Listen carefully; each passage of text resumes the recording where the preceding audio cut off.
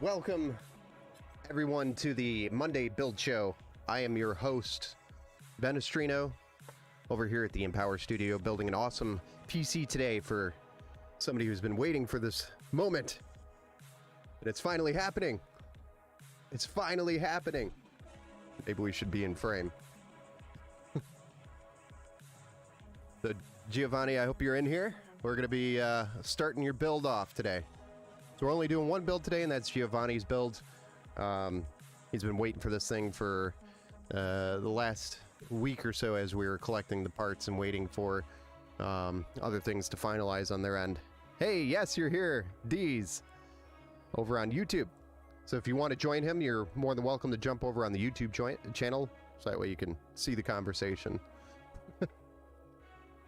All right, let's go ahead and get started. We're going to go through the parts list, the build out, and get started on the build. Started the stream a little bit earlier than anticipated. I was trying to start the stream around 5 p.m., but I have a customer appointment now at 5 p.m. that I have to go out and attend to. So rescheduling or bumping the stream up a little earlier so I can get out there. All right, so let's go ahead and switch to the top-down view, and then we're going to run through the build-out, the parts list. So how are you doing today, Giovanni? Deez, how are you doing? You excited for this?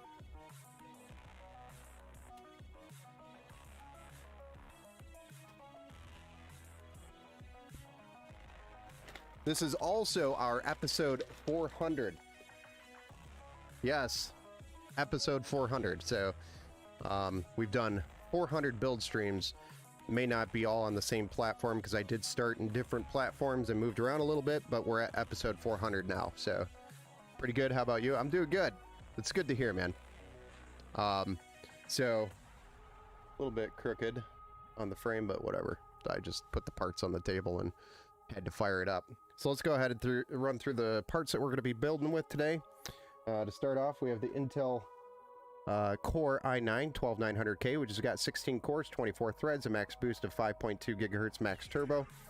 And then we have the Thermalright LGA 1700 contact frame up there in the top right corner, as well as our Asus Z790 V Prime Wi-Fi LGA 1700 ATX motherboard. It's a great board, has all the features that you're probably ever going to use in this PC. And then we have 32 gigs of DDR5, 6,000 megahertz, sorry, CL36. That's a kit of 216 gigs. I have it out of the package because I did borrow it to test another PC, but it's brand new RAM, I promise. And then the SSD is a 2 terabyte M.2 NVMe, which is a Gen 4 SSD. It's got read writes up to, I think this one has 7,000 megabits per second. So it's the A440 Pro Cardier by T-Force, which is actually Team Group. So this is actually a really fast drive. It's actually faster than what we quoted on the website, because we got a really good deal on these. I grabbed a few of them for the builds. So basically we almost doubled the speed of your SSD by doing that. So that's a super awesome win there. It's basically equivalent to the Samsung 990 Pro, equivalent to those speeds. Very close, but without the extra cost. All right, and then the graphics card, we have select your own, which is the 4060 Ti 16 gigabyte, and this one's by Gigabyte. I also have it out of the box because the box was actually damaged when it arrived. So I wanted to plug it in, fire it up, make sure it's okay, and it was fine. But this is a 16 gigabyte 3-fan by Gigabyte. It's a great card. Let's see, next we have the cooler, which is going to be cooling the CPU. This is a Thermalright Frozen Note 360mm AIO with 3 120mm addressable RGB fans and the infinity mirror on the pump itself, or the block. So it gives a really cool look over the CPU because it has a mirror and gives that like infinity look. So it's a really cool design on that cooler. And then we have a 850 watt gold power supply, and this power supply specifically has the PCIe 5.0 ready, which means it has a 16 pin connection on it to go directly 16 pin from the power supply to the graphics card. So if you ever upgrade, for example, to like a 4070 Ti, this power supply will handle that very nicely and has the proper cables to go from the card or from the power supply to the card. So this power supply helps with future upgrades, which is why we, focus on these types of power supplies. The graphics card tends to get some smack, but I think it's awesome myself. Awesome. This is a great card. The 16 gigabyte version, people do it's mixed reviews, because if you look at the difference between the 8 gig and the 16 gig, I think it's mostly because they released the 8 gig. Hey, what's up? Hey, boss, reposted the broadcast. Hope you don't mind. Oh, no worries, man. Thank you. I appreciate it. Over on Twitter. Keep rocking. That's what I try to do. I'm going to try. Hey, Rob, over on Facebook. Thank you for the like, sir. But it's a great... The 16 gigabyte versus the 8 gigabyte, I think that's the big complaint, is that they released an 8 gigabyte version when they probably should have. And then also the fact that you have 16 gigs of VRAM on this, and then the 4070 Ti or the 4070 has 12 gigs. That it's weird. It's just weird that how NVIDIA released it. The VRAM is nicer for higher resolutions. That's really where you're going to see the usage.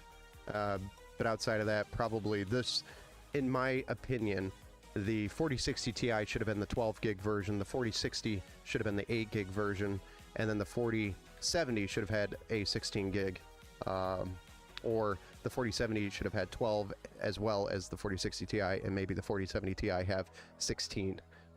Hey, what's up, Dad Bods? How's it going? Good afternoon, sir. Over on the Twitch. We're getting ready for a build, sir. So next up, we're going to be building in the Montech Sky 2, and I believe this one was in black. Yes, black. And then if anybody's curious about this build, you can actually go to the website and look at the Phantom Storm pre-build option on our website, which will give you the option to choose your graphics card, both NVIDIA and AMD graphics cards. So it's basically the entire PC here minus the graphics card, and then you select your graphics card, which one you want. And I think one of the cheaper cards you can put in there is a 3050 if you wanted to start out smaller, but it sets you up on a really nice platform with a Z790 with an i9-12900K, 2 terabytes of Gen 4 SSD, and 32 gigs of RAM. With a 360mm AIO. You probably won't be upgrading the CPU because this is more than enough for gaming and streaming. If you wanted to stream and game on this build, you could very easily do so. So this is basically anybody that comes to me and says, "Hey, I want to stream and game," I usually recommend this build just because of the CPU platform, and we get a really good deal from Micro Center on the CPU, motherboard, and RAM. I know the RAM's CL36, which, you know, I wished they would bundle it with a little bit better timing RAM, but this is still great RAM to start with. And if Giovanni ever wants to upgrade his RAM to get a little bit tighter timings, he could later down the road, but to get you set up on a PC for this price, it's a really good deal. Just counting down the minutes until I can leave work to get ready for the game tonight. Oh yeah, I forgot about that. I'll actually be running around tonight. I've got to run to a customer and swap out a motherboard for that RAM issue that we're having. I'm actually running to his house now and swapping the motherboard out there on site. So, because he's just not able to get over this way because of work, and I feel terrible that he's having issues with his PC, so I'm driving out to him to take care of it. So. But yeah, I'll try to catch at least some of the game maybe later tonight. But all right, so without further ado, let's go ahead and get started, right?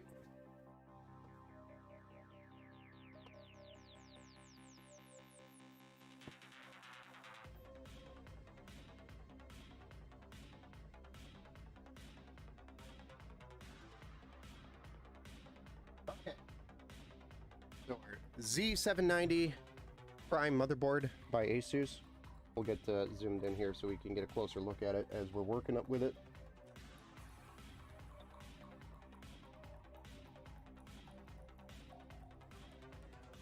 I could probably go in a little bit more.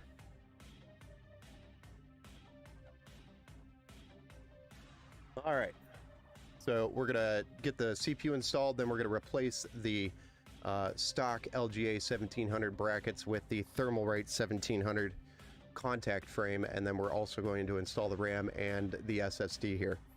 So let's go ahead and get started with the CPU, because the first thing we want to do is cover up these pins to make sure that they don't get damaged while we're replacing the contact frame or installing the contact frame. Then obviously you need the CPU in there for the contact frame.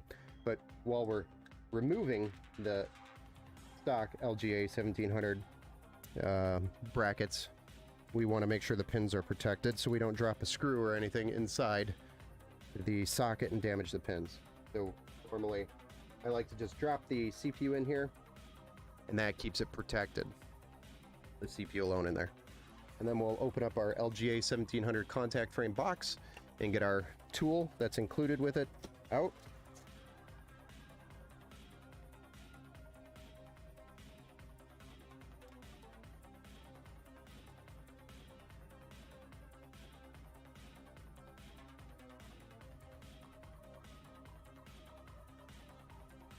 And then we can start removing the stock LGA 1700 bracket.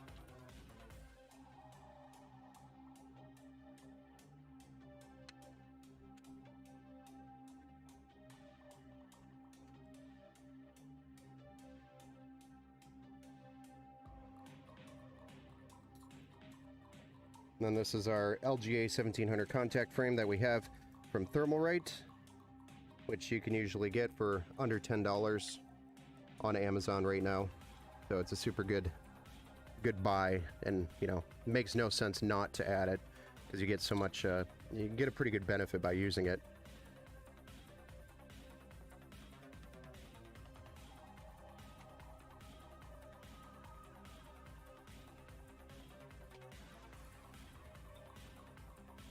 So I just dropped the screws from the stock brackets into the hole here, and then I'm just going to get them started.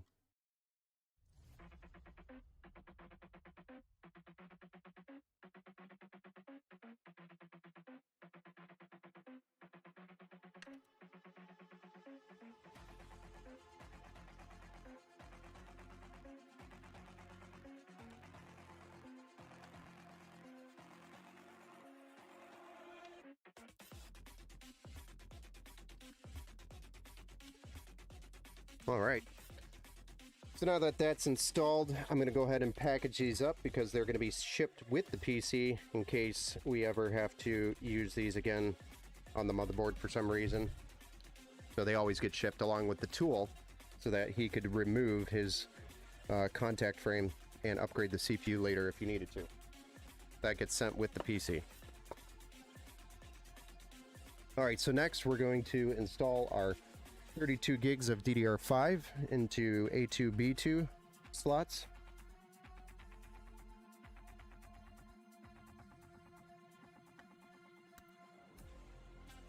Usually you just come at it straight down,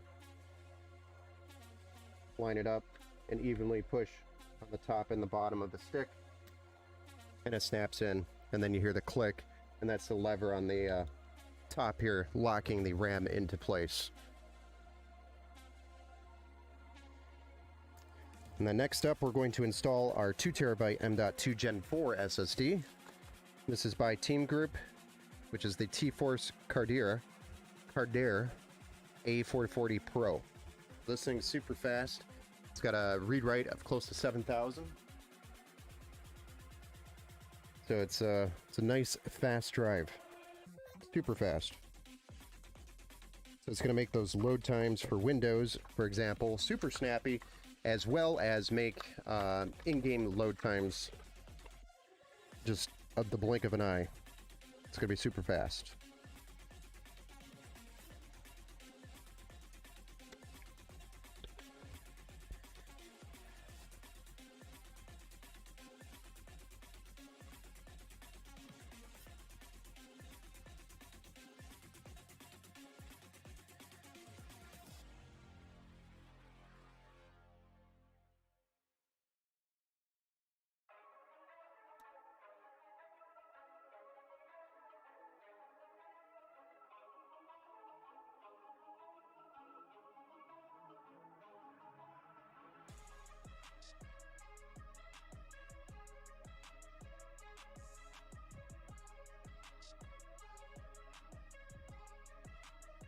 We can move that.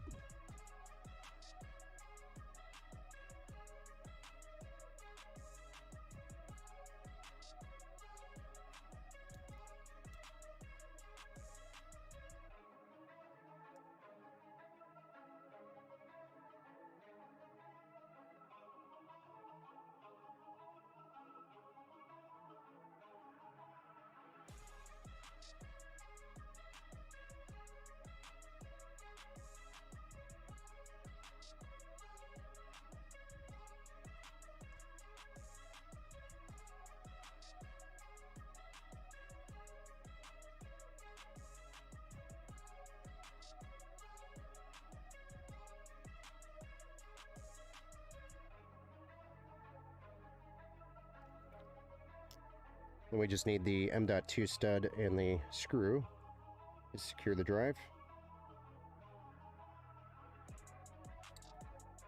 That's nice.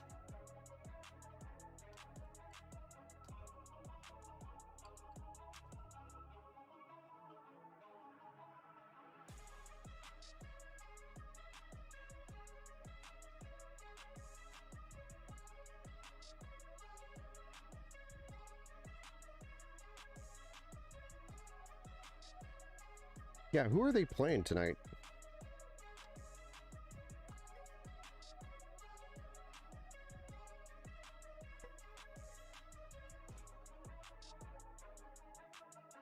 Of course, the phone rings.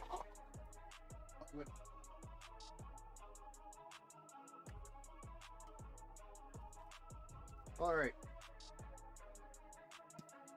So now we've got the SSD installed, we've got our RAM installed, and our CPU along with our LGA 1700 contact frame. So we've got all that done. Now we're ready to grab the Thermalright mounting brackets for the socket, and that's going to be for the cooler itself.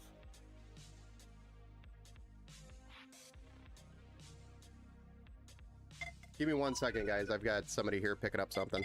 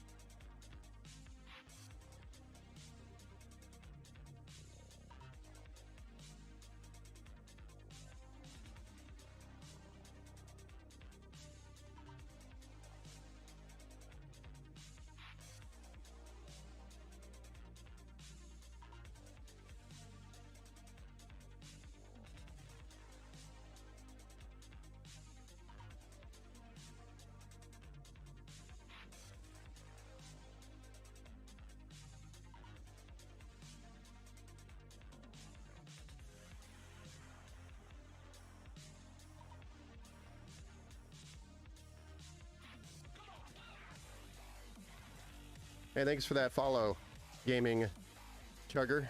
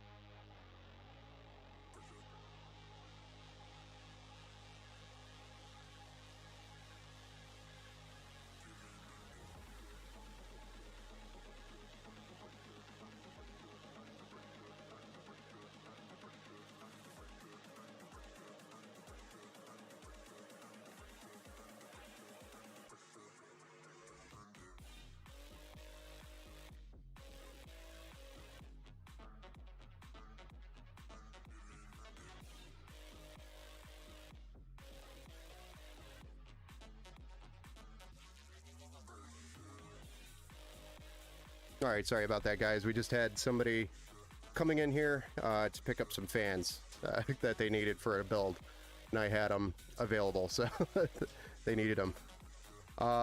Gaming Chugger, what cooler are you going to use for the CPU? We have a Thermalright 360 millimeter frozen note AIO. So it's an AIO liquid cooler that's going in there. Sorry about that wait. But thank you for the follow over on Twitch.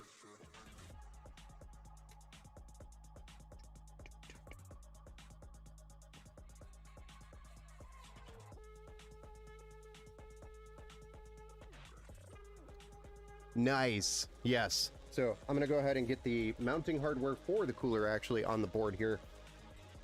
And then we'll zoom out and get the case out and get the case in the motherboard, or the motherboard in the case. Wow. Apparently we're going to put a case in the motherboard.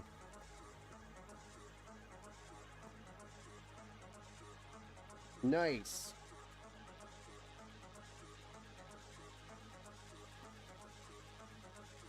So I'm just opening up the cooler so we can get that out and get the mounting hardware that we need for the LG A1700.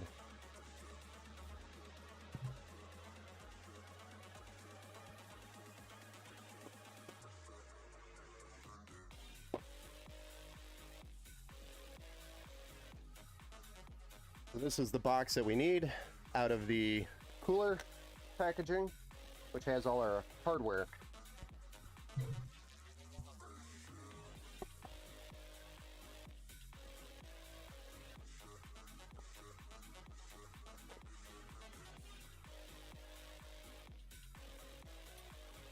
And then we need this bracket here, but we're going to extend these out, which you just pull them towards the outside of the bracket for LG A1700. The other option was 1200 or 1150, for example, different sockets. And then we're going to put this through on the back side and then add the studs to it. And that'll hold it in place until we get the board in the case and the block on the CPU.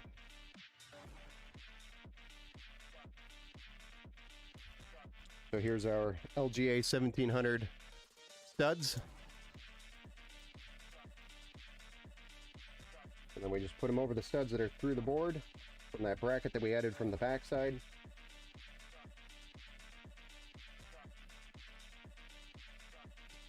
And then that is ready to go in.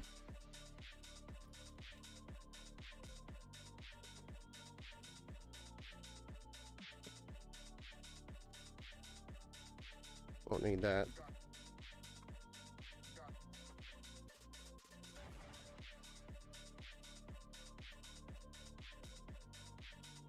Or that.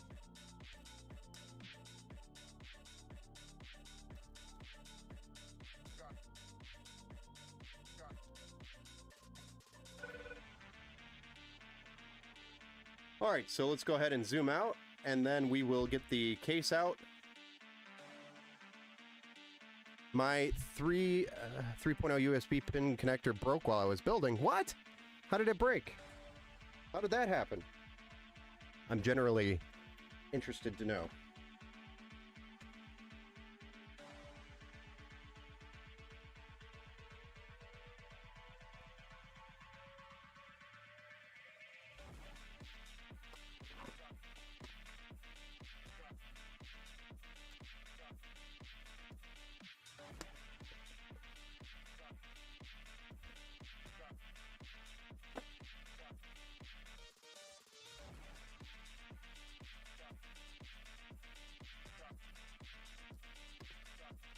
You bent too much while you were plugging it in. Oh, so you bent the pins? Did the pins break?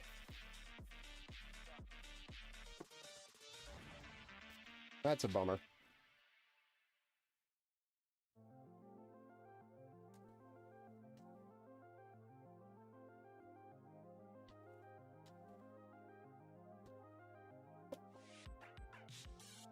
Yeah, they broke. Yeah, there's not much you could do about that.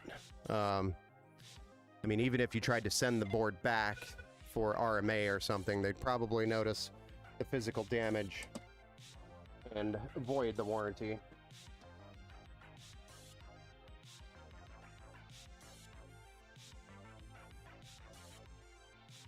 Most places would.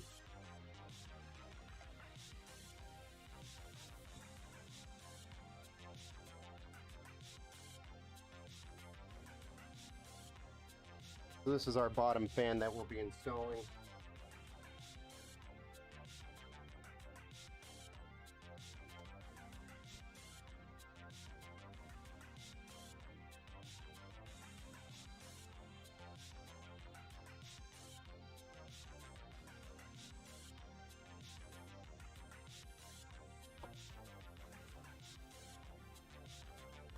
And there's our hardware for the case. And I don't know why we're so fuzzy there for a second. It was out of focus.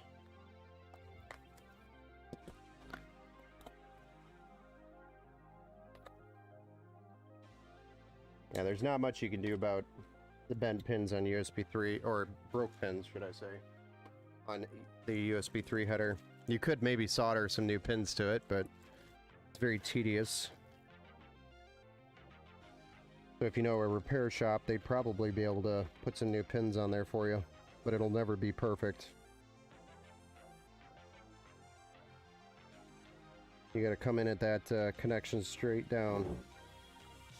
Can't come at it at an angle. It has to be up, straight up and down.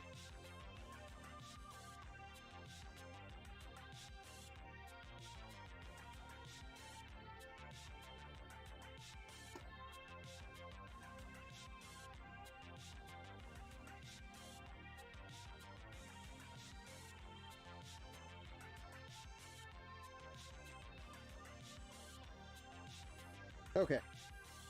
So now that we have all of our hardware ready to go, we can actually drop this board in here after we add our always forgotten I/O shield.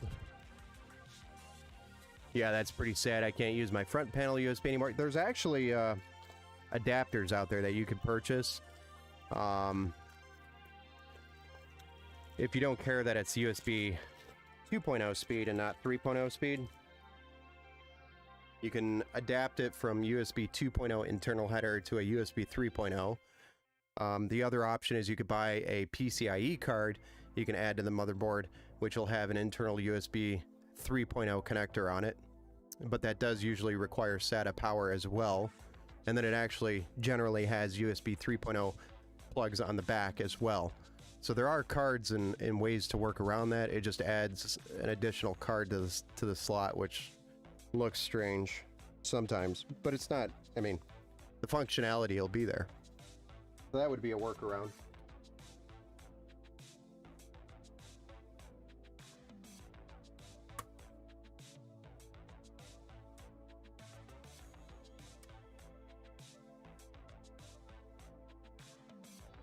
All right, so we've got our I/O shield in, and now we're going to drop the board into the case.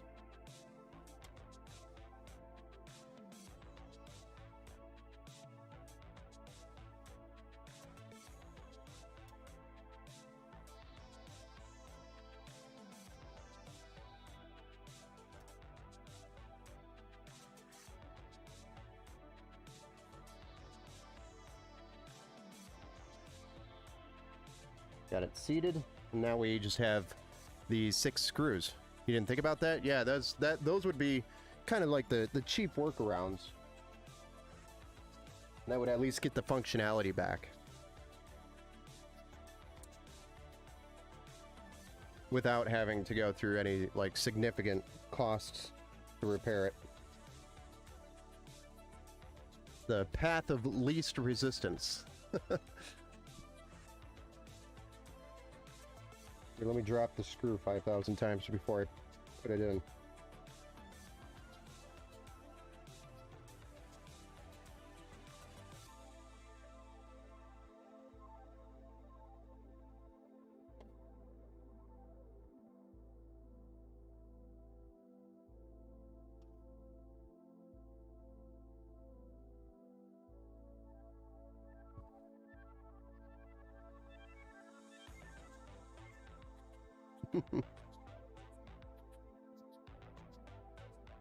See, I have valuable information inside my head still. Think outside of the box. I used to be a solutions engineer before this, so everybody would bring problems to me, and then I'd come up with a solution. I'm always constantly thinking outside the box. It was my job for many years to do that. Alright, so now that we've got the motherboard installed, let's go ahead and get some of these cables plugged in from the front panel, aka our USB 3.0 and USB-C.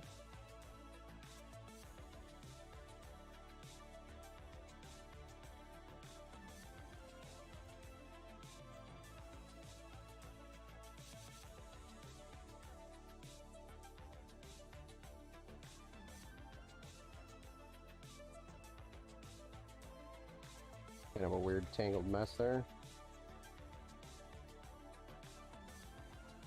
So USB-C and USB 3 both are going to go up here through this back slot.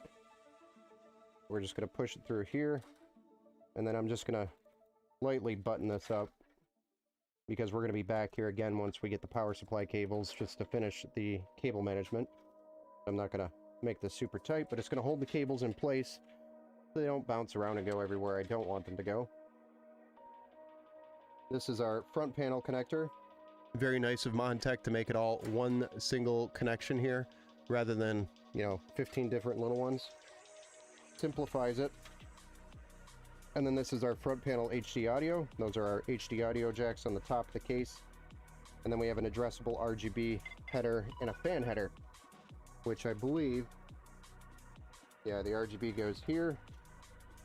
And then our PWM PWM fan is going to go down here. And then we'll flip it over and get everything plugged in. The USB 3.0, USB-C,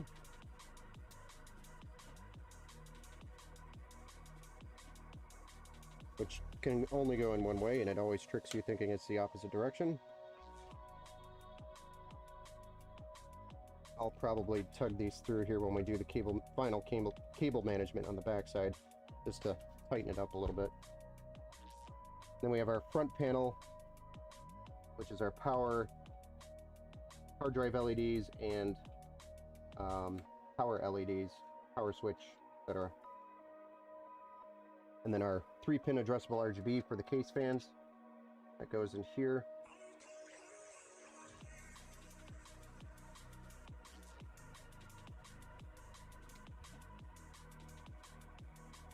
As well as our PWM connection. I know you can't really see these because of the angle of the camera. One day I will have a new camera so that it's angled and you can see that, or see what I'm doing zoomed in here.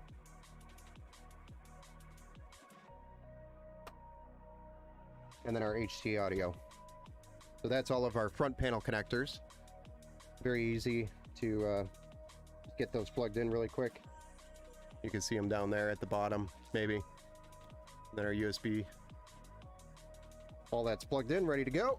Next up, we're going to get our bottom intake fan. This is a reversed blade, which means the blades are reversed, that we can have all the fans in the case facing the same direction. And this is a cool looking fan because the center of it is not RGB, but the ring on the outside, which is kind of like a oval-ish square, does have RGB on it.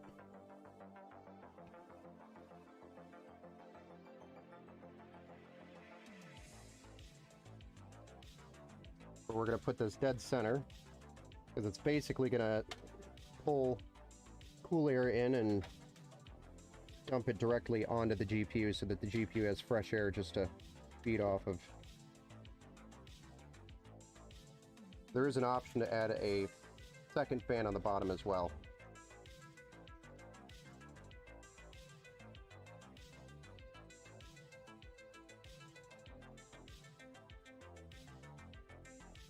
There we go. And then the included screws from the case is what we'll use to mount the fan.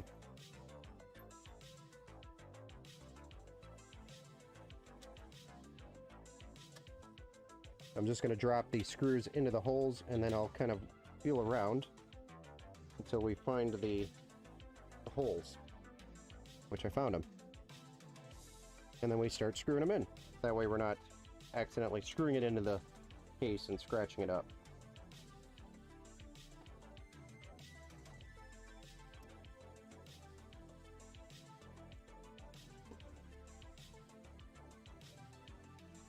There we go. So next, we fed those cables through, so we just want to get those plugged in real quick. Actually, just noticed that fell out. Yeah. We have an additional RGB connection and a PWM fan connection, which I'm going to run back up to the hub here. So it's all plugged into the same hub. Although we could feed this to a different connection and have it separate. You know, I'm going to do that. The RGB is going to go up here, though. Back to the hub. That I am going to run back up there. But the PWM, I'll put it on a different header, so that way we could control it and set maybe a different speed to it if we need to for the GPU. Leave some room for customization there.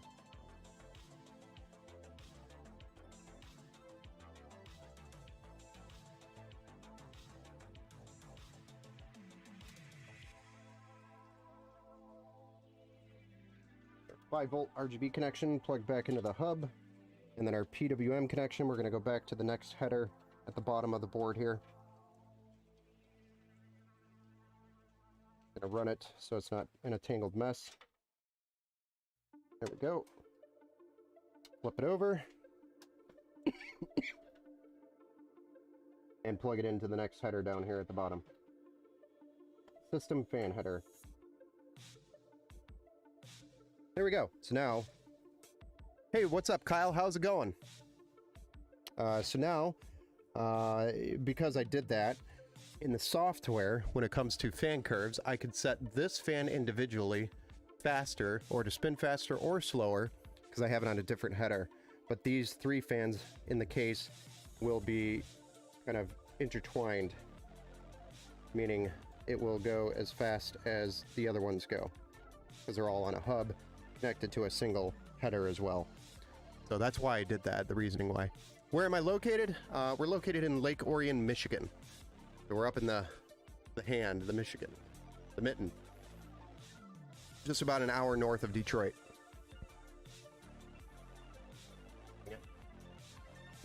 I just pulled on my microphone cable pretty hard there. Oops. All right, so now that we've got that all in place, we can actually go ahead and get started on the cooler, mounting the cooler. And we've already got that out of the package because we had to grab the mounting hardware earlier. This cooler, the Thermalright Frozen Note, is an awesome cooler because it has an inline pump, which I really like. And just the cost is just amazing. It's a relatively, I mean, it's a very nice cooler for what you pay for. But we do have to rotate the fans because once we put it in, the cables are facing the wrong way with the fans, and they come pre-installed on the cooler, which is nice, except for the fact that they're facing the wrong way. So, for this particular build. It may be different in other builds, but this one in particularly, the fans face the wrong way, so we do need to move or rotate the fans. I'm actually just going to leave the screws in here. I don't know why I'm taking them out all the way. It's kind of dumb.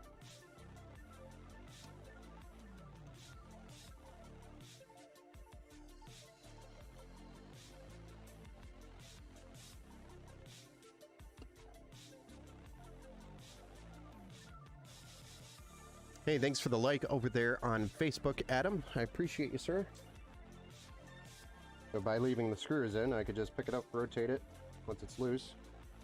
And I won't have to put the screws back in, which makes 100% more sense than taking the time of taking the screw out and putting it back in. But, and then I just drop the screw. Nice. Nice. Oh my gosh, you really promote? I know, I gave you the power. I gave you the power. Yeah, I actually remembered to do something for once. My wife would be proud of me. Mrs. Empower would be proud that I remembered.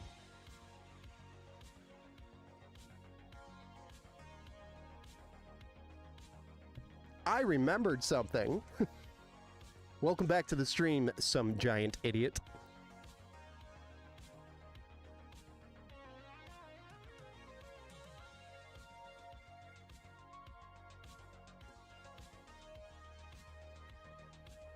Alright, so now we're just getting these tightened down. You said you wanted more work, so I gave it to you. You just seemed so excited for it. But no, there's really no obligation there at all. Just if you're here watching and you're hanging out and you see a moderation need, I'm sure you'll use good judgment.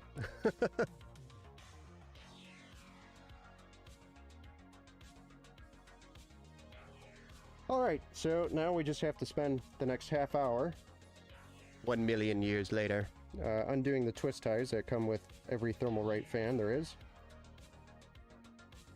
Or every Thermalright cable, that is. I'm just kidding, it's not actually going to take a half hour. I'm used to running from mods, now I've become the thing I feared. It's kind of like that Anakin, Anakin Obi-Wan scene.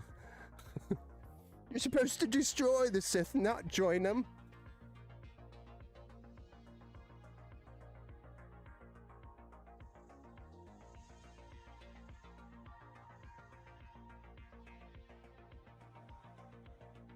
Until you become the very thing you swore to defend against.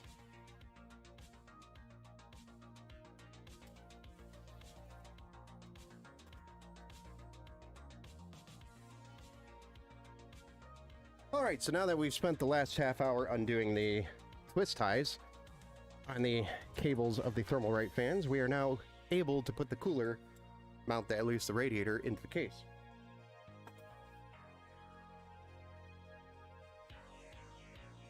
Here we go. I think you guys can see it. You guys will enjoy the struggle of me trying to fit all these cables through the back hole while also trying to hold the radiator in place while also trying to screw everything in all at the same time. I know this is something you guys enjoy watching.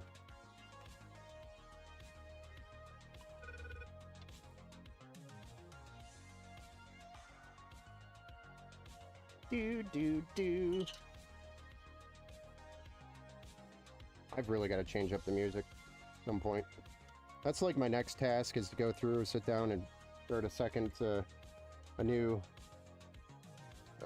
playlist. I wanted to actually have one for the episode 400, but I didn't have time to sit down and do all that. Ain't got time for that.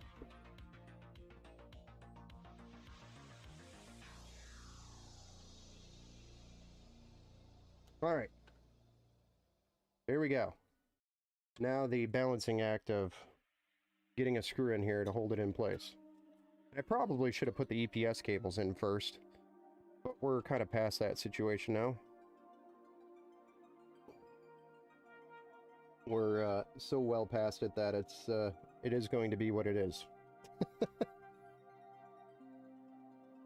I'm used to running from... Oh, yeah. Oh, any thoughts on the new super cards?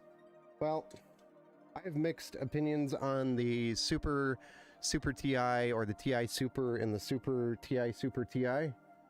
You know, so, number one, I hate the fact that they're making a Super TI or a TI Super. Number one, I hate the fact that they're calling it TI Super and not Super TI, because Super TI actually sounds better than TI Super. But the fact that they're actually doing a TI Super, it just sounds like desperation to me. On NVIDIA's side.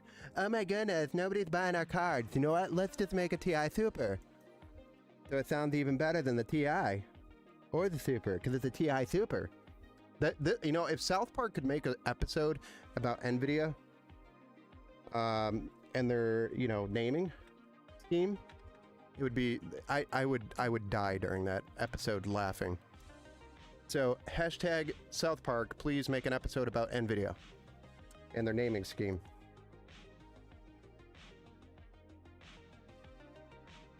You would have all the nerds on the planet Earth laughing all at the same time.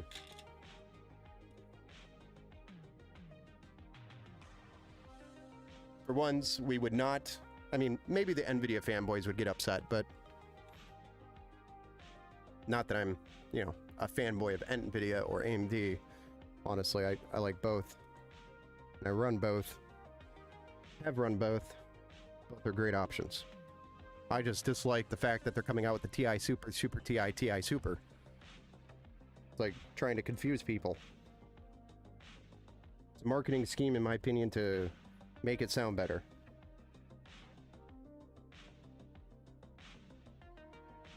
So it would be like me taking the Phantom Storm, which is this gaming PC, and then just adding, not changing really anything in it, performance-wise, other than maybe, what, add another fan in it, and then call it the Phantom Storm Super TI, which I would actually use Super TI better. The TI Super, make sure for TI Super.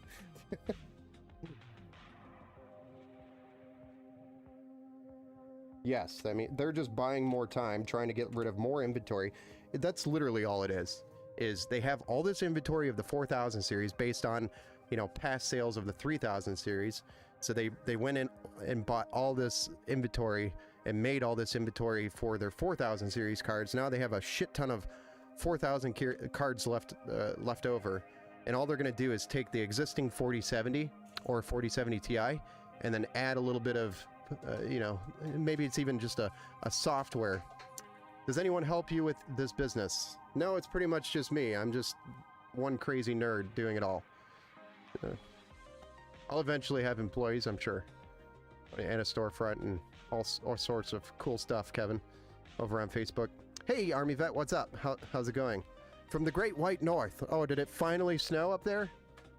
I mean, all it took was you and I having a conversation on a build stream, and it snows. But the going back to the NVIDIA conversation, I believe it's just a desperation plot marketing scheme to sell the cards that they currently have in place, and they're all they're really doing is probably not even changing much physically other than the logo on the cooler, and then some sort of BIOS or firmware unlock on the card to increase the clocks and speeds and etc. It's like a software OC. That's my assumption. That's my opinion. Because their sales were so bad on the 4000 series cards, they need to get rid of the current inventory they have before they can even move on to the 50 series, which is why that's getting delayed, I'm sure. So, and it's because, you know, they took into account that they sold so many cards during the mining time, the 3000 series. Mining took a dump. Well, nobody's buying any 4000 series cards for mining, so they have all this inventory, and it's not moving. So they got to sell it. Zero pressure from AMD doesn't help either. Yeah, I know, right? The AMD cards are just... the FPS per dollar is so much better on AMD side. They just are annihilating NVIDIA when it comes to FPS per dollar. Hey!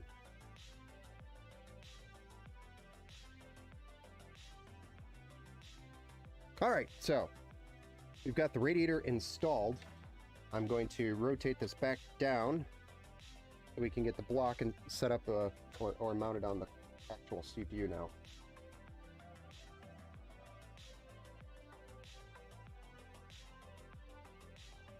Just cable.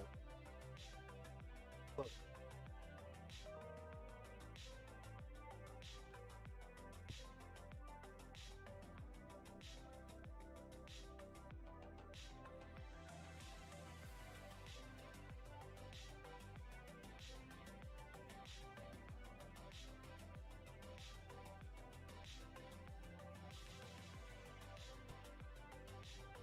AMD for real frames, NVIDIA for imaginary frame. That's actually a really good way to put it with their DLSS. I know. This would be such a perfect South Park episode for all of us nerds. I'm just telling you guys, a South Park episode for NVIDIA and AMD.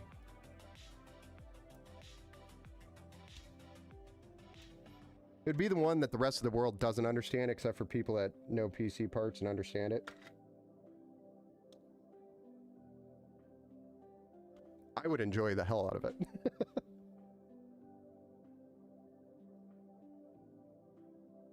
We're going to put this bracket here on the block, and then we'll get the block, maybe, added to the CPU here.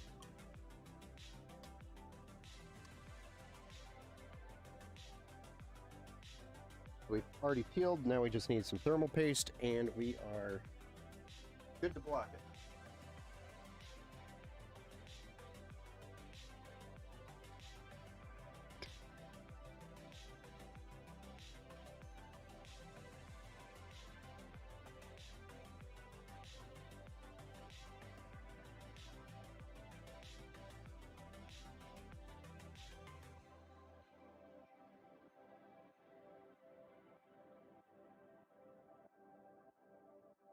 The other thing I like about that contact frame is you could put maybe a little bit too much thermal paste on there and it won't matter, because it's just going to go on the contact frame, which you can wipe off, and it doesn't get down into the socket. It makes the job so much cleaner, even if you apply too much paste.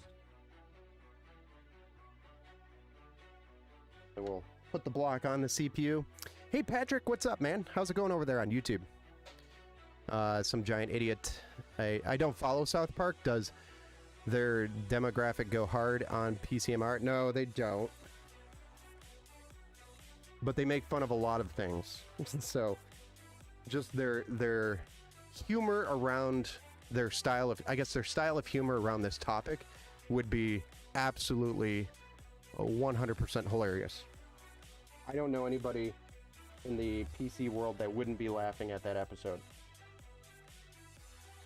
Their style of humor would make it hilarious. I vaguely remember them doing a Warcraft episode that one. Yes. Yep, that South Park World of Warcraft episode was one of the best. Even to this day.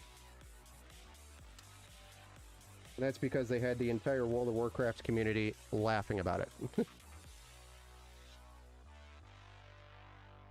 The only thing it was missing was maybe a scene out of like Leroy Jenkins, but I think that came later. I can't remember.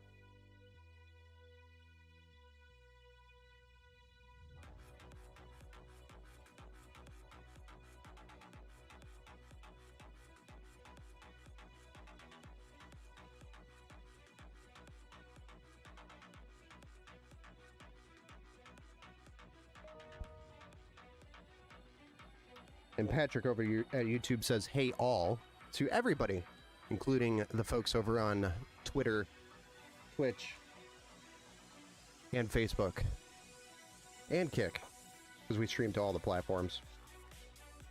And I know the chat, I am going to figure a solution out on how to get the chat to appear on the screen for you guys, but from all the different platforms. It's just I'm not using Streamlabs to do that anymore. I'm using Restream to stream or broadcast to all the different platforms, which makes it difficult for me to get the chat now because it's going to different platforms.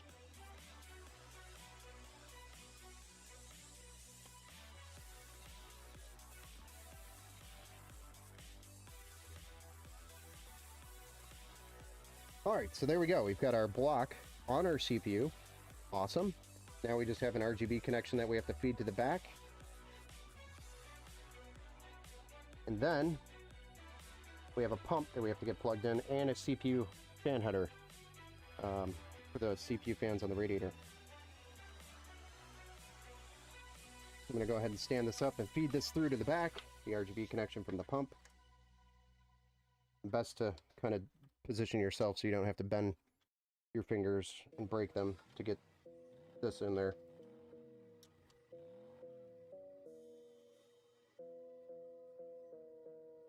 Here, let me just snap my knuckles the wrong way to get this one cable in there. And then our pump which I'm going to actually try to feed through the top here if we can. I think there's a way through. There is. Awesome. Like it was meant to be here. And then back through to the pump header. We run it through the back side so it doesn't, we don't have cables floating around on the inside. And of course, you know, sometimes you have to fight this. I don't know why I'm fighting it so much. Come on, get in there. There we go. And then last but not least, we have a PWM daisy chain connection, which is going to go to our CPU fan header. Hey, PC Phil reposted you on Twitter X, so I just joined. And I really must say, you're right about NVIDIA. Super annoying these days and super expensive. Yes, I 100% agree. Trust me, it actually impacts a lot of things. So things being so expensive and just their naming scheme in general is just terrible. So let's make a Super TI Super. Nice. Brazil. Hey, how's it going?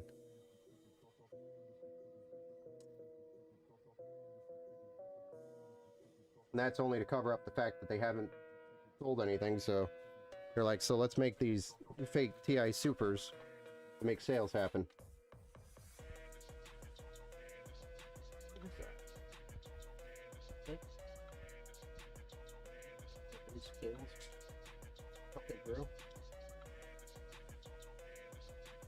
Alright, so next I gotta break my fingers again to make this connection happen.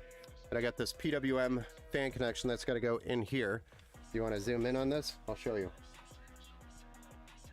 This is my mistake for not doing this before I put the radiator in. But you see these headers right here? You got this big block of metal. Well, these two cables need to be plugged into both of those headers, because that's our CPU fan header and that's our pump. Oops! So let's go ahead and break some fingers and make this happen. Back in the days, I bought an 8800 GTX for around 530 euro. Now you'll not get a high-end GPU for under 900, or let's say 800. Yeah, I mean, you could go, you know, previous gen and still really enjoy it. You don't have to spend for the latest and greatest to actually enjoy PC gaming. You could do it for still pretty cheap. Even a GTX 1080 in 1080p is still very enjoyable, which you could pick up, you know, I'm in the US, so US dollars, you could pick up a GTX 1080 for like 140 bucks right now, used. You could, you know, repaste it, do the thermal pads, and you might get a year or two out of it. I mean, that's a hell of a lot worth it. Still very enjoyable.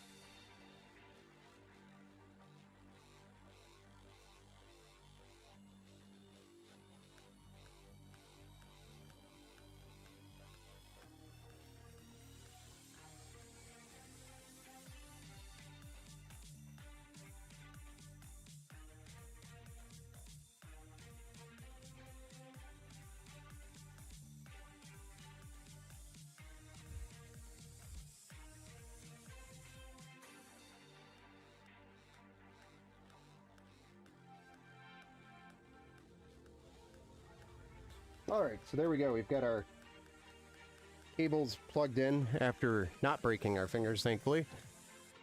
And we are now ready to drop a graphics card in here, I think. Then get the power supply in, which, by the way, we're going to have to break our fingers to get our EPS cables in, which I should have dealt with beforehand. You had the 1060 until a few months ago, so had to decide buying an old 30-something or a 40 series. The reason why I went with the 4060 is because you never know how many hours someone used the old GPU. Yeah, for crypto mining, an example. Most crypto miners, though, as long as they were knowledgeable, so I guess if you're vetting out somebody who's selling a GPU that was crypto mining, you should ask them if, you know, how they treated the card. Hey, Metal Spring, thanks for the resub over there on Twitch. drawing blanks here because I'm in the middle of thoughts. Hey, Kevin, thanks for the follow over on Facebook as well.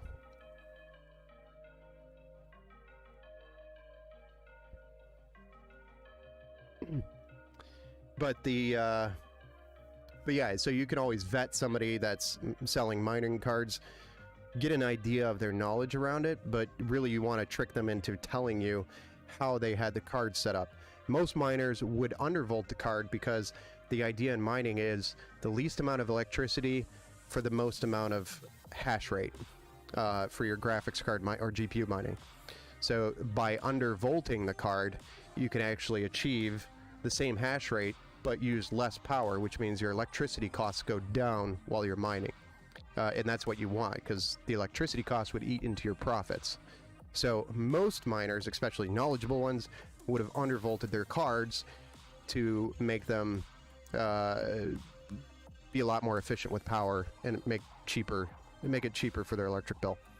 But that being said, if it was undervolted, that means it would be using less power and less wear and tear on the card than it would be actually, a gamer using it the whole time, the difference. So that would be the difference between a miner and a gamer, a knowledgeable miner and a gamer, is a gamer will most likely be increasing the voltage to try to overclock versus the miner who is going to undervolt it to make it more efficient.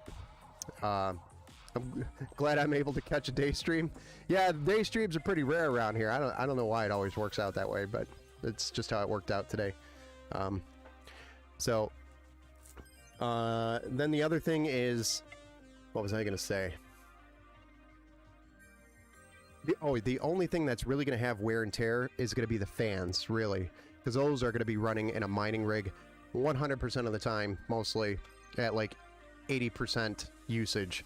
So there's going to be 80% usage on the fan at least 24/7 to keep the temperature of the card consistent. So that's really where the wear and tear is going to be on a miner card, unless they didn't know what they were doing. So most of the time they know.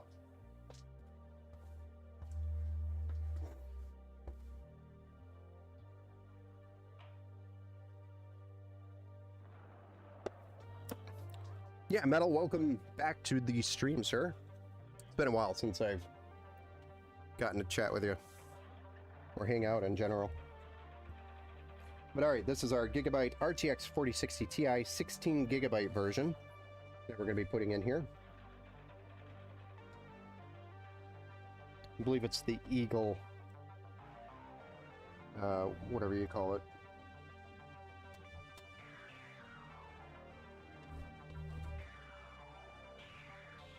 Alright. So, GPU going in. Actually double check to make sure there's no peels here. There are peels. Always make sure you peel these off on your new card, because if they fall off and get sucked into the fan, they could be blocking the ventilation to your fins on your heatsink, and that's enough to disrupt the airflow. So always take those off. Little plastic peels on the middle of the fan.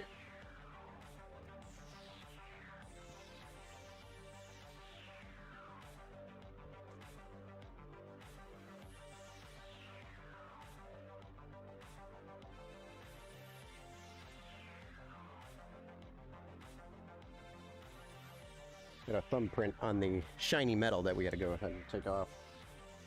Wipe off. I had to take today off to get my car fixed. Oh, nice. What's wrong? Or, not nice, because the car's not working. But what's going on with the car? Understandable, I was looking for a graphics card that I could use for the next PC. What's your, just out of curiosity, what's your CPU and motherboard, Patrick, that you're currently running? Oh, damn old. Time for my current damn old i7 4790K. I'm not high-end gamer or occasional. Yeah, the downside to that is the RTX 4060, you really want that on PCIe Gen 4. We have about 4 inches of snow, getting ready for a winter storm warning up at 12 inches. Holy smokes. So, Army Vet over on Twitch. Sensor was going bad on the high pressure system. My power steering was starting to fail. Ah, that's kind of stupid. Sorry that happened, man. Hopefully you get it, you know, repaired quickly and you can get back to work. But going back to the RTX 4060, generally you want that on PCIe 4.0, not 3, because I believe it's PCIe, its bus is PCIe, and somebody could correct me if I'm wrong, but I believe the bus is PCIe 4.0, is X16 by 8. Somebody can correct me if I'm wrong. Easy sub $300 fix. Okay. Well, it's not anything super crazy done.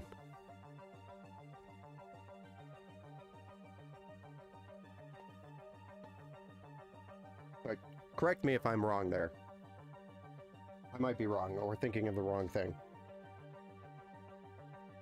But I think I'm in the right neighborhood. But I know you want the 4060 on PCIe 4.0 to maximize its performance.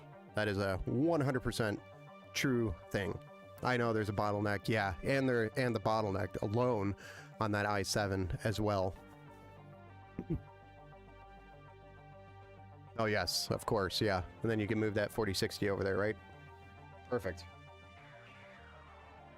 Yeah, you'll get a huge performance increase there once you get it over to 4.0. All right, so we've got the card installed, so next we got to just drop the power supply in here. Do some cable management on the backside. Almost lift the glass out of its socket. And then we could fire it up. See what this bad boy looks like for the first time, I hope. I hope Giovanni is ready to see this thing. The Z797A only has PCI 3.0, yes. 4.0 wasn't introduced until you're on the Intel side or AMD side. AMD 5000 series, and I guess the 3000 series technically had it as well. And then for Intel, it wasn't until the 11th gen /500 motherboards. And it was the B7 or B560 and up for the Intel.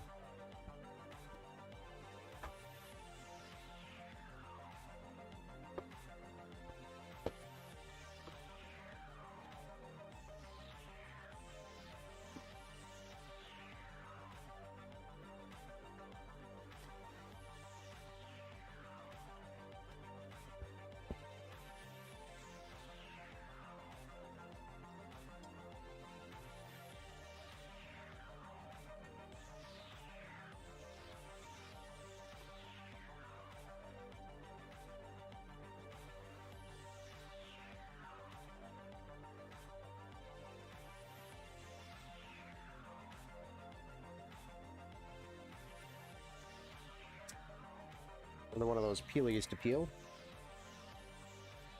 This is a 850 watt 80 plus gold power supply, which is going to be more than enough power to get this system powered and leave some wiggle room for the future GPU upgrades. I'm a little underwhelmed with the 4060. Oh, Deez is ready. By the way, nice rig. Love your cable management. Oh, we're not done yet with the cable management, so hang out and you'll see what the final product looks like. Huh. But Robert says, I'm a little underwhelmed with the 4060. I'm hoping the Super line drops TI line so I could break on the 4070 Ti. I don't think that's going to drop the 4070 Ti pricing. I think they're fitting it in between. So our 4070 Ti is probably going to stay around the same price. And the 4070 Ti Super Ti card is going to be probably more expensive. There's a joke there. That said, what I really need is a 1440p card. Yeah, probably the 4070 is going to be your 1440p card. The 4060 Ti kind of can run 1440p, but it's more of a 1080p card. But it can handle it. It's just not going to be, you know, super great performance. Ti Super Ti. Exactly. Thank you. Some giant idiot. Thank you.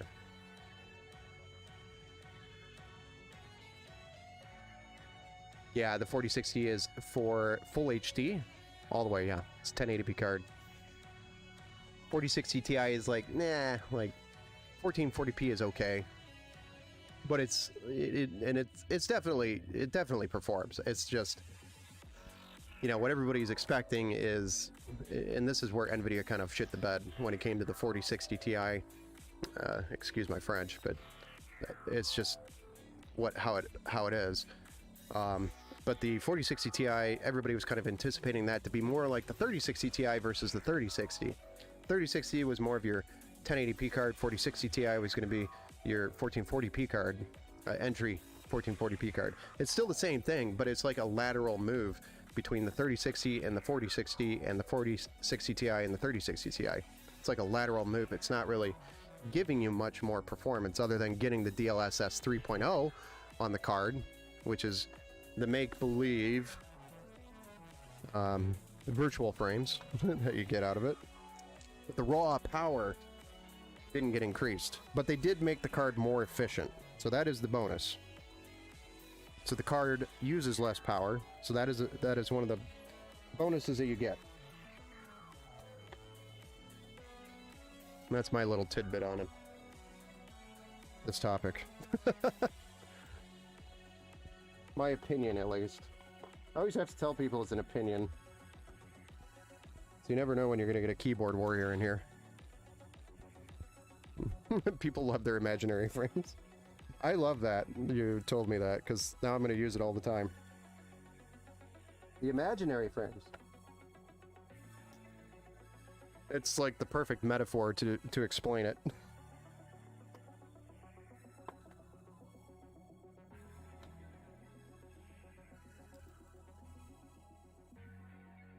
And for anybody that's wondering, I'm talking about the DLSS 3.0 being the quote-unquote imaginary frames.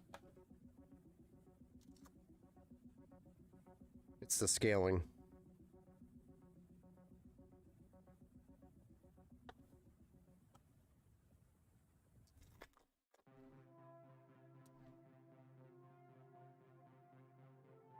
The perfect way to describe it. Honestly. Can't really describe it any better. But I swear I got more frames. Exactly.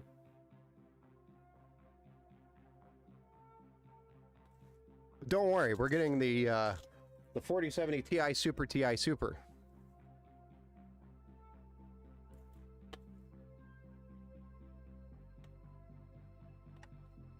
Yeah, just NVIDIA did not do the greatest job here. I think their goal with the 4000 series was to take the 3000 series, refresh it, add more power to it, more raw power, but also decrease power at the same time, making them more efficient. And if you look back, you could kind of see a pattern. So talking about the jump from the GTX 900 series to the GTX 1080 or 1000 series, I guess you can call it, like the 1080, the 1060, etc. That was a large leap. And then they took the 10 series and went into the 2000 series and basically made another decently sized leap in increased performance, added more ray tracing features, which, you know, then ray tracing was a big deal. But then you also had the cards became more efficient than the 10 series. So it's like taking the 10 series, adding more power, but reducing the power draw to make them more efficient. And then same thing, 2000 series, huge leap to the 3000 series in performance, but the 3000 series cards draw a lot of power. And then you get into the 4000 series, which is basically a remake outside of like the 4090 and the 4080, basically a remake of the 3000 series, and but making it more efficient. So yeah, there's performance increases and adding DLSS 3.0, but they're, I think, exploring new ways to increase performance while decreasing power draw, making things more green or efficient. Patrick, what do you think we might get with the 50 series? I think the 50 series is going to be similar to the pattern we've been seeing. What GPU do I have? Personally, I have a 3070 Ti in my rig, which I paid $2 grand for back when the card shortage was a card shortage, which, you know, they're only worth like $350 now. So you pay $2 grand then, it's only worth $350 now. But that was way back when cards were really hard to get. That's in my personal rig. In this rig, we have a 4060 Ti, 16 gigabyte in this one that we're building. Which I gotta get this graphics card in there. I'm holding on to my 4070 Ti Super Ultra Pro Max Ti. If you have a 4070 Ti Ultra Super, I'm sorry, 4070 Ti Super Ultra Pro Max Ti, you'll want to hold on to that because it's probably one of a kind card that came out of some factory that NVIDIA was thinking of using. It's a reference model probably. Yeah, King, it was rough times back then, man. That was when the 3000 series dropped and crypto mining was huge, so everything was really hard to get, the graphics cards. And if you wanted something like a 3070 Ti back then, it was like $2,000 to buy one. Or they were just never in stock anymore. You could never get one at MSRP. It was, or at least it was very difficult, exhausting, and just, it was stupid. It was stupid how expensive things were.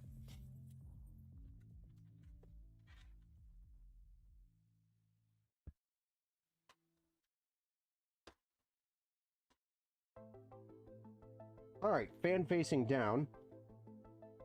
Getting this power supply installed. Wait, NVIDIA phasing out the 4070 Ti when the Super's released? I don't know, I wouldn't see why they wouldn't. I have no idea if they are or not. I mean, the 4070 Ti performs close to the 3090, but with half the VRAM. And that's been a big complaint. Because right now you could go buy a 3090, not care how much power it's drawing. Yeah, you need a little bit bigger power supply to run it, but you could buy a 3090, which performs the same as a 4070 Ti, and you know, it'll have 24 gigs versus 12. Makes more sense, and they're probably cheaper than the 4070 Ti new, or used anyway. Oh, you're reading it right now? I'm planning to start a project PC for a GPU. I'm planning on a 1080 Ti. See, yeah, the 1080 Ti is still a great card. For full HD 1080p experience, you can really enjoy it. Officially, 4070, 4070 Ti, and 4080 is being discontinued, meaning they stopped producing them. Yes, because they're taking literally all the inventory of the 4070, 4070 Ti, and 4080 and converting them to supers. That makes 100% sense. Because they have all this inventory that's not selling, and they got to do something with it. They got to sell it. So they're going to rebrand, do a little software upgrade, maybe slap another memory chip on one of them, and sell them as 4080 Supers, 4080 Ti Supers, or 4070 Supers, whatever. That makes total sense.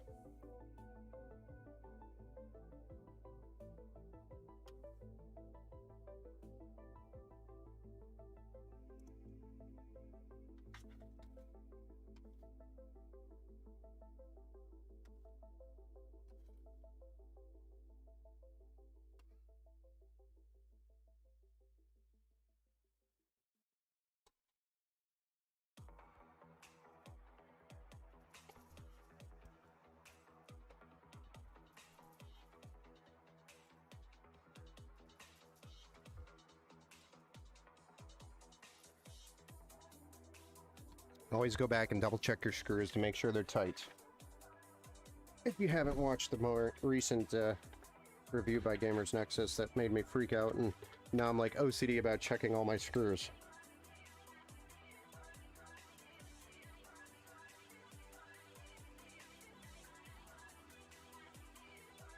Alright, so that's our 24 pin for our motherboard power, and then we have two EPS cables to send up to the front for the CPU power, wherever they are. Right here. So these two cables need to run up here to the corner, and then I need to break my fingers to make these actually connect, because I already put the radiator in. What? GTX 1080, how much RAM is in it? I think that's only an 8 gig model. And then the Ti was 11 for the GTX 1080.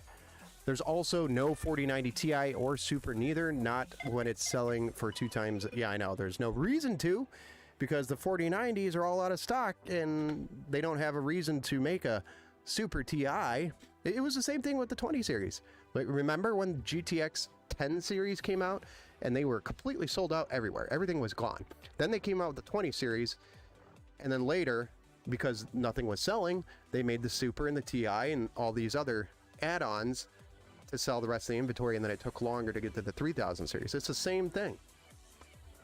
You know, same situation. It's just their method of rebranding, making a couple of tweaks and changes to think that it's going to sell better, to sell the inventory that they currently have. The boards are probably going to be the same boards.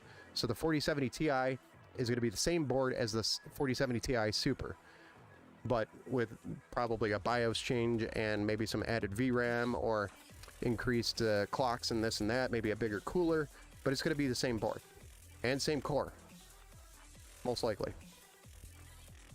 Kyle, the build has been great so far, man. The fans hardly speed up, stays so cool even during 4K gaming. Awesome. That's great to hear, man. I'm glad you're enjoying it, and I'm glad it's meeting those expectations of the experience we wanted. Just weird that that little ticking sound happens. Just keep me posted on that for the graphics card fan. So we could get those, we could get a fan, replacement fan, and replace that fan if that's a problem. It'd be actually easier to do that than it would be to actually go send the card back and get a replacement, so.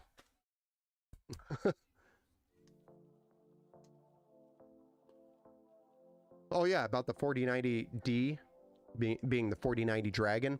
That's just a slightly lesser of a 4090 that they're allowed or meets the requirements for Asia or China to be able to be sold over there. So it's a geographic specific card for the 4090. So it won't be sold over here in the US, the 4090 Dragon.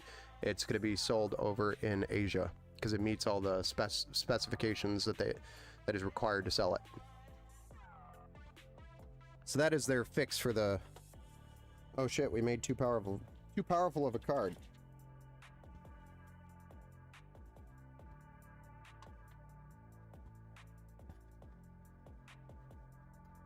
Again, that's another Band-Aid fix. Because NVIDIA needs to keep making money to fuel their AI project. I have a feeling that NVIDIA is going to be the, what is it, 600? Oh, I don't need that one. Wrong cable. Wait a second. I need a PCI cable, not the 600 watt 16 pin cable for the 4060 Ti. Sorry, just out of habit. There we go. That's more like it. Get in there. I gotta break my fingers in a weird way to make this happen. It's all about the feel here in this position. There we go. Got it fed through. A little GPU slot for the PCIe cable. All right, so now we can flip this back over and we can get the 8-pin GPU plugged in to the 4060 Ti, as long as I plug it in the right way. Right there, like so. We'll feed some of the extra slack back through the hole. Get a zip tie on this. Hey Lee, thanks for the like over on Facebook. And Shooty. PS Shooty. Thank you for the follow over there on Twitch, sir.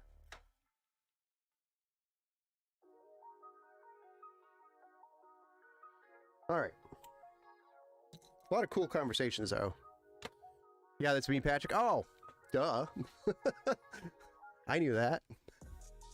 That makes sense. I mean, it's pretty close.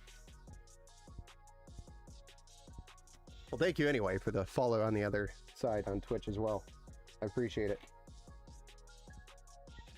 Ah, man, we're missing a cable here. One of the EPS cables didn't make it.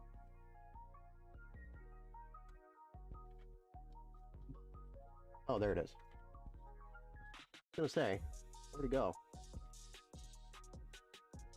Because it shows it's here. All right, so this is gonna be a struggle, because now we got these two cables that need to be plugged in right here, in between these big chunks of metal, which is what cools the VRMs. and it's a 4-pin, not an 8-pin for the second option. This is only for CPU overclocking, so it's not something I necessarily need to have plugged in. I just like to have them plugged in case the, just so that the option's there for him.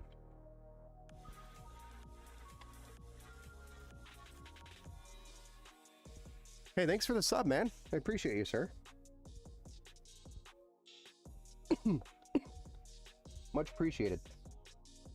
Just for a quick reminder, all of our subs go towards our $1 PC giveaway, which if you're not familiar, we do a $1 PC giveaway, and the reason why it's $1 is because I can't, you know, pick somebody. I have to pick somebody at random, and that's considered gambling in the United States if I randomly pick somebody to give a PC.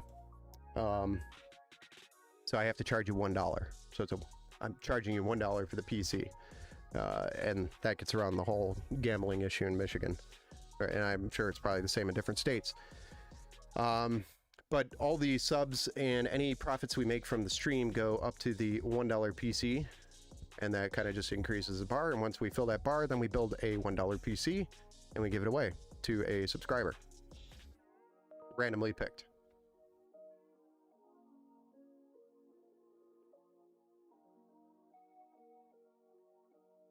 Now, if you are in another country, for example, we will offer you cash value, because it doesn't make sense to ship a PC to you across the pond. The big pond.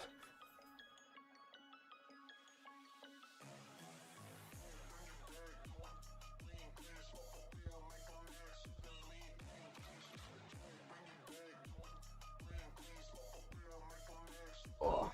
But the last person that won it was actually a local follower, subscriber here in Michigan, which is really cool because they actually drove over here and picked it up because they were only like a couple hours away. So it was super cool that we got to do that and meet the person that won it.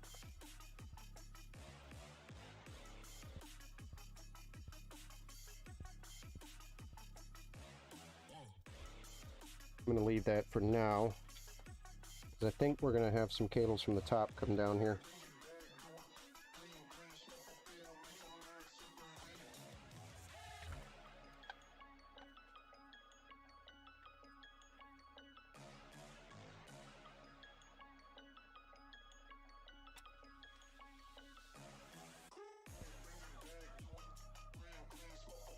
Alright, so now we got to deal with this contraption up here. We have a bunch of addressable RGB connections and fan connections, which we want to untangle here. That's for our AIO, our radiator.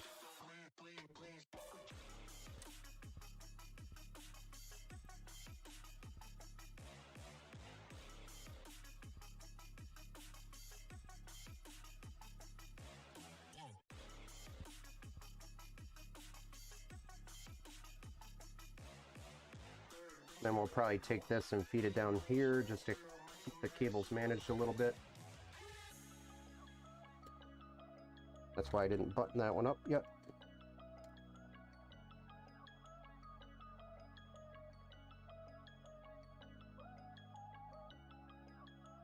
Because I knew that was going to happen. This, we're going to untangle a little bit here and get this plugged into the hub. That's using SATA power to power it, and it takes less stress off of our headers on the motherboard, which should make them last longer, because it has external power.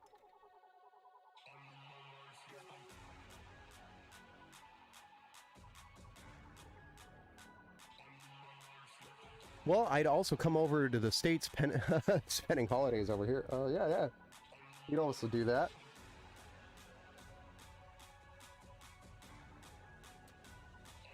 Am I missing? Oh, there it is. Have a holiday over here. Although I don't think it's anything much more special. I don't see the U.S. as anything super spectacular compared to, other countries. It's pretty much the same.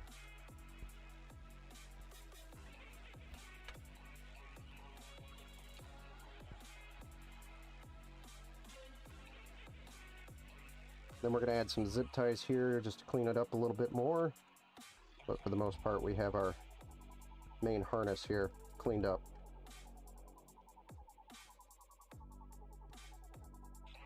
Just want to clean this up just a little bit more.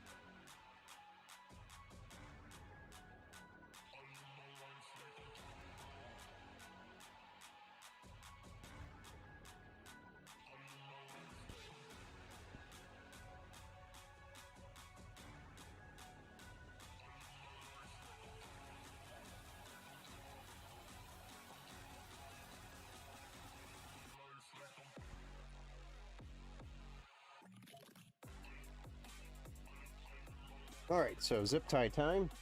Time for the tie of the zip tie.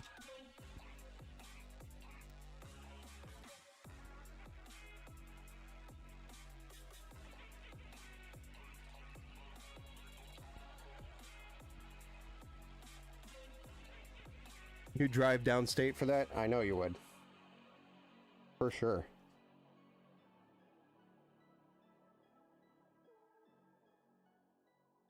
Yeah, that wouldn't be too bad of a drive. It'd be well worth it. From UP, Michigan to this area. It's not that bad of a drive. It's pretty much just I-75 all the way down. Quite literally.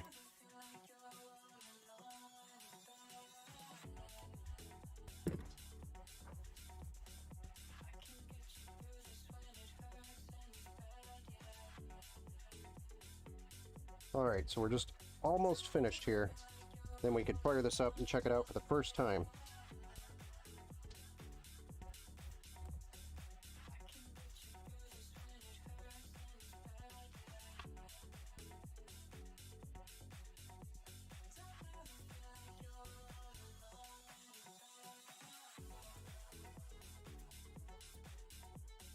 Is that a clean enough main harness there?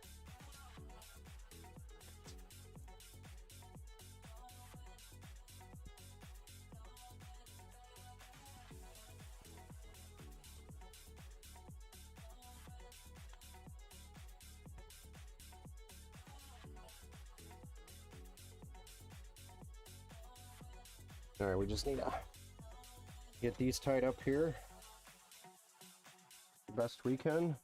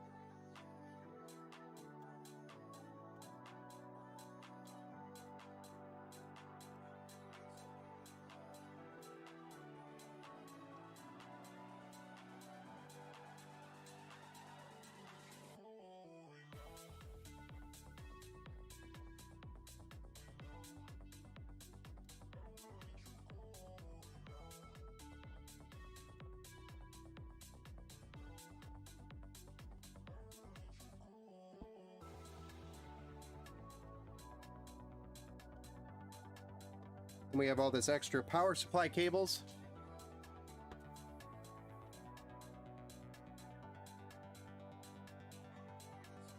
By the way, on the BC that I'm going to be using as a project, PC, the motherboard is fried. Oh, I'm sorry. Looking great. Yep, we're almost there. We're almost there, Giovanni. So I'm in need of a new motherboard too. Dang. How did it get fried? How'd you fry your motherboard?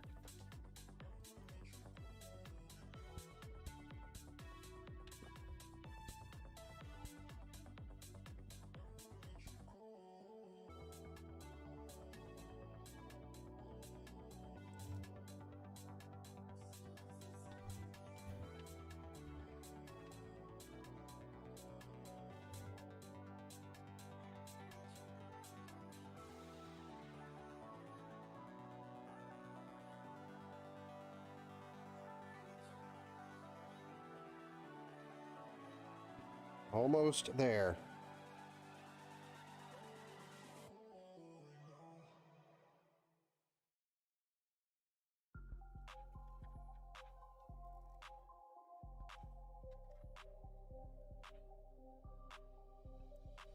So this is all the extra cable, even though it is a modular power supply. We just don't want power supply cables to go missing if he ever wants to add anything, you know, or if he brings it back or whatever. Power supply cables are always going to be with the PC by installing them. We know they're not going to get lost or misplaced or anything like that. So we do take the modular power supplies and actually install them into the computer. Because we know for sure it will be there when it's needed. Because too many times have we had a situation where customer is missing power supplies or power supply cables.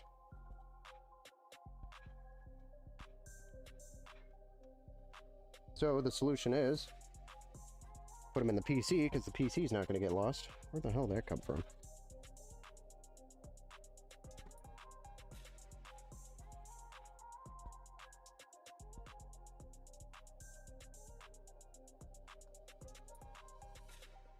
With that cable, it's fine. Nobody will see it.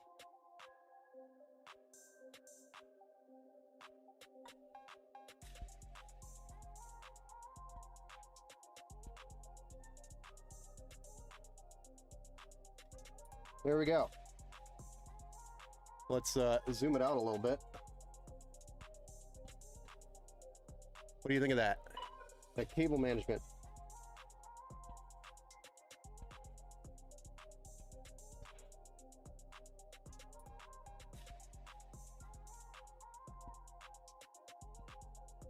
Super clean. And the back side, also super clean. I was like 6 when it got fried. Oh man. And that PC is so bad, I'm gonna need a lot of stuff for it. Oh, it has 1 gig of RAM, like 40 gig storage. Oh yeah, that's definitely older. Super nice, man. You did a great job. Awesome. Some giant idiot. Thank you. Thank you. Yeah, it turned out really nice. Cable management, in this case, is very easy to do because Montech does a lot of work for you with this main harness run here and runs the majority of the cables for you pre-ran. You just have to button it up a little bit. 40 gigabyte storage, can't even install modern Windows with that. No, you can't even install Windows 10. I think you're maxed out at 10. I think the minimum requirement for 10 is like 60 gigs now or something, or Windows 10, yeah.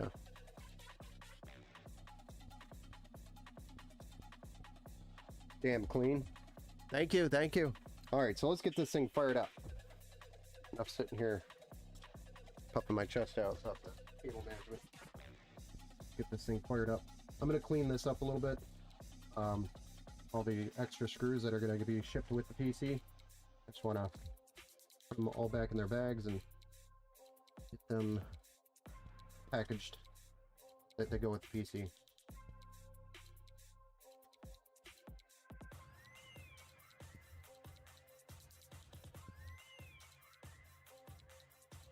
They're all individually labeled, the packages, the bags.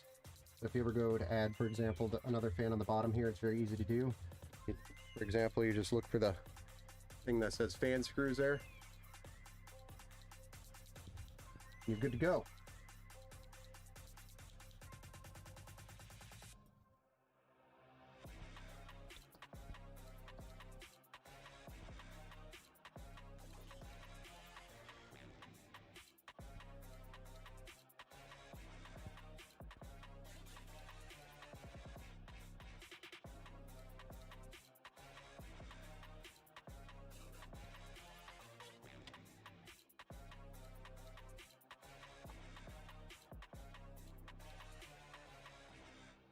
Okay.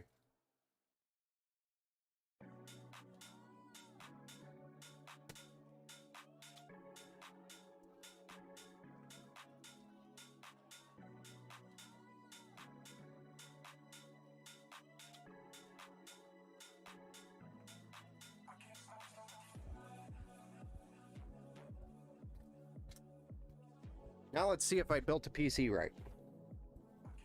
I'm going to get it plugged in and then I'll change our view here so we can see it from the side. I'll change our camera angle. I do have at least one other camera angle currently. More will be coming. I just need to upgrade my stream PC. We can handle more USB channels. Right now I'm limited. So there's no point in adding more cameras because I can't even handle it.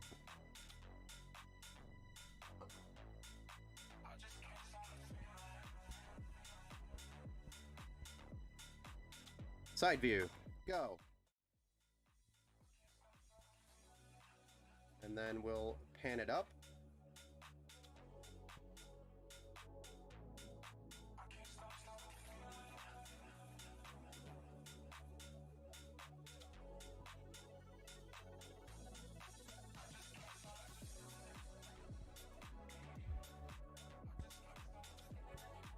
All right, you all ready to see this thing?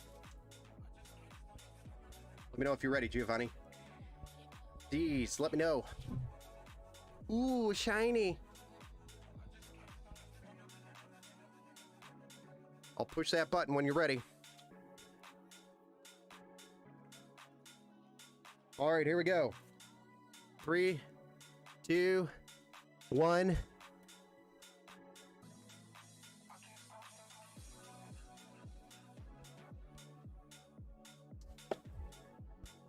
Let's go. Hey, Amanda, thanks for the like over there on Facebook. Appreciate you.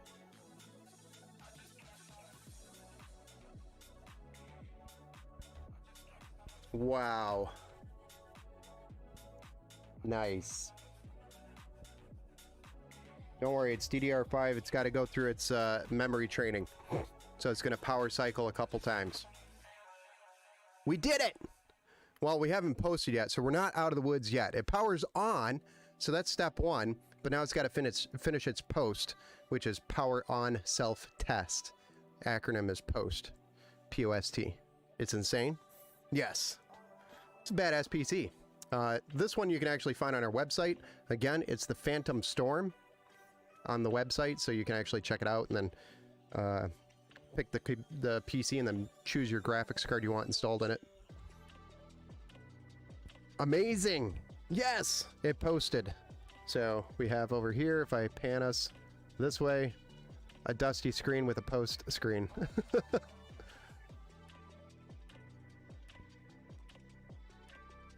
There it is, Giovanni. We have it built. Now we got to do Windows, the BIOS, the drivers, the fan curves, and then battle tested phase, which is where we go ahead and run a bunch of benchmarks on it, testing to make sure it's 100% before we package it up and ship it out.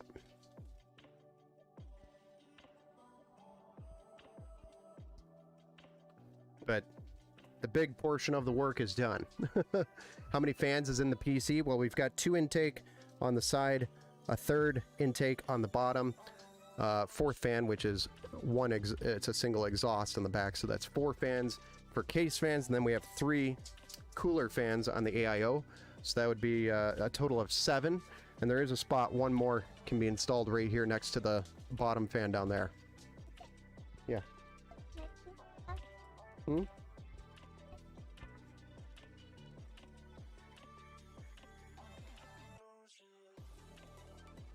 Good? Okay. So there's a total of 7 fans, and then you also have 3 more fans on the graphics card and another fan on the power supply, if you wanted to count those as well. So 7, 8, 9, 10, 11 total, technically.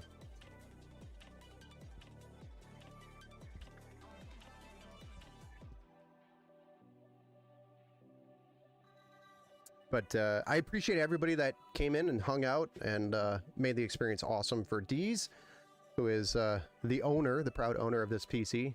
So I'm excited to get this finished up and packaged and shipped, but I appreciate you all hanging out and giving us an awesome experience here. And looking forward to the next build stream. We actually have one tomorrow. Hopefully tomorrow, it's probably going to be another earlier stream. Early afternoon again, Eastern time, so probably 2 or 3 p.m. Eastern time is when we'll probably start again. I thought 7 was a lot when I was planning for a PC.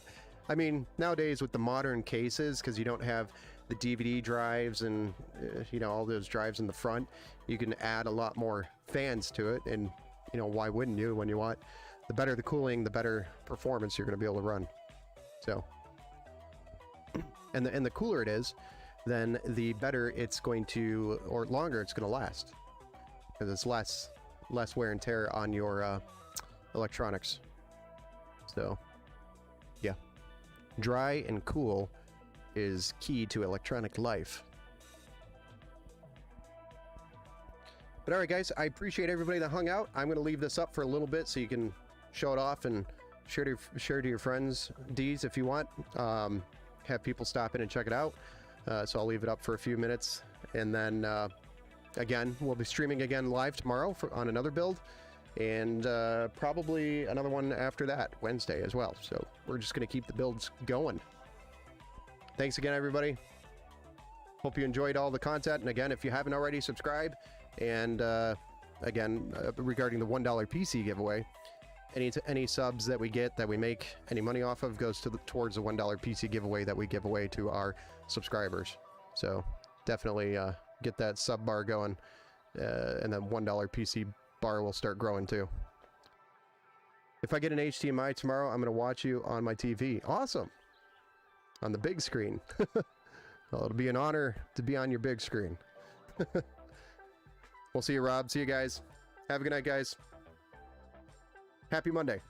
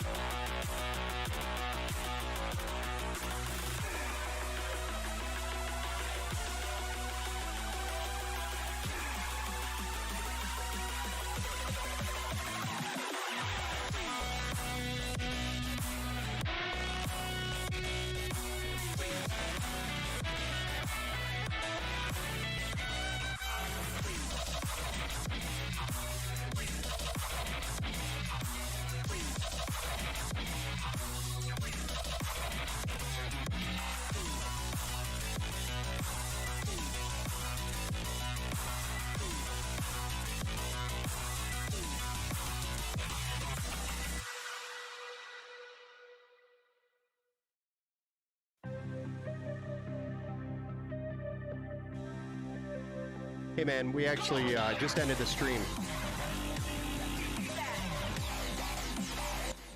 Hey, thanks for the follow. We just ended the stream, Turbo Freak. I was just peeling a peel so I could get a picture of the build and send it to the owner. Gotcha. We'll be live again tomorrow. Tomorrow afternoon, Eastern Time, probably around 3 p.m. for the next stream. Nice. Well, welcome. And thanks for the follow, sir.